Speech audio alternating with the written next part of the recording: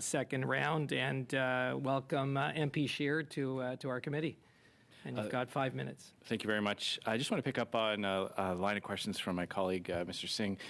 You're talking about your message to employers and workers asking for wage increases. And I just want to make sure I understand this right. What you're saying is that inflation isn't going to stick around forever. So before you go and ask for big wage increases, just keep that in mind. You wouldn't want wage increases to put pressure on inflation staying high. Is that a good summation? I'm saying plan on inflation coming down.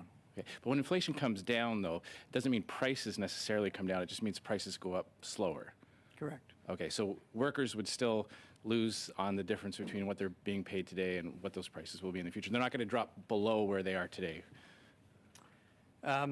Well, yes. Our mandate is to control inflation. We don't have a price level target. We have an inflation target. So we're trying to get the rate of increase of inflation back. But inflation is defined as prices going up, so they are linked. I just wanted to make that point because your message to employers and workers is to basically exercise restraint so as not to contribute to inflationary pressures. In 2021, the Bank of Canada gave $18.4 million worth of bonuses to its own staff. Were those bonuses, would you consider those bonuses to staff working at the bank contributing to inflation?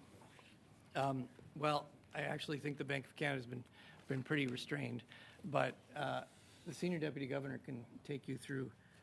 It's just a matter of opinion. Do you think they added to inflation? I wanted your opinion. No, I don't think that added to inflation. Okay. Have you received a bonus yourself since March 2020? In fact, I'm per the legislation under which I'm appointed. I have no ability to get a bonus. Okay.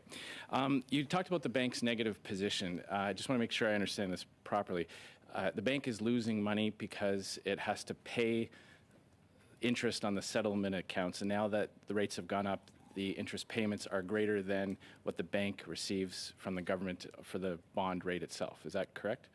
Yes. So what we're paying in interest on our settlement balances, which are our liabilities, is larger than the interest we're receiving on our assets, which are largely Government of Canada bonds. Okay. And who's receiving those higher interest payments? Those would be the large financial institutions that have accounts with the bank? That's correct. So the big 5 Canadian banks would be included in that? Yes, a bit more than that, but yes. Okay, but they are included in that? Yes. Okay, and so they're getting paid more than what the bank is receiving in the payment. Who covers the delta on that? Is that do you just write them an IOU? Do you create more money to pay them?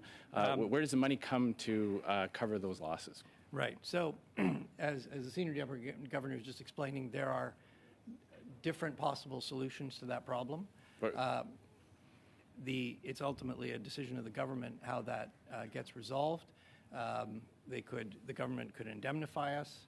So in other words, instead of us making a remittance, there'd be a reverse remittance. There could be, the Fed uses a deferred asset accounting solution, or the other solution would be to change our legislation and allow us to basically run a deficit for a period and then use the future surpluses to repay that deficit. But barring a legislative change, the Government of Canada will have to bail out the Bank of Canada for its need to pay large financial institutions higher interest payments. The Bank of Canada can continue to operate. There does need to be a solution to this problem, and we expect one is coming. When the bank was involved in the government bond purchase program, the bank was buying the bonds off the secondary market, but the government was selling them. As the bank was buying them, the government was selling them. Who sells those bonds into the market? Well, we are the agent of the government of the Bank of Canada. The government issues the debt, so we issue it on behalf of the government of Canada. So the bank was selling it on behalf of the government and then buying it back. Was the price identical between what the bank was selling the government's bond for and what they were buying it back for? The prices won't be identical, but they're pretty close because it's a competitive market. We issue, both of these things are run in competitive auctions. There's strong competition, so the prices are. Every auction is going to be a little bit different because of the competitive process. The prices will be close, but they're not going to be exactly the same.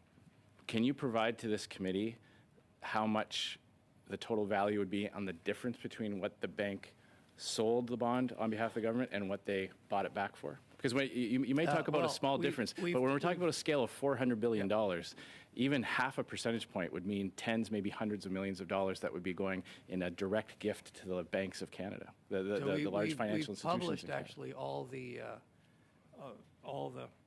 data on both our issuance and our buy. One tiny quick question. It's very. Our buy. So it's all on our website. When was the last time the Bank of Canada lost money? The Bank of Canada has not lost money before. Thank you.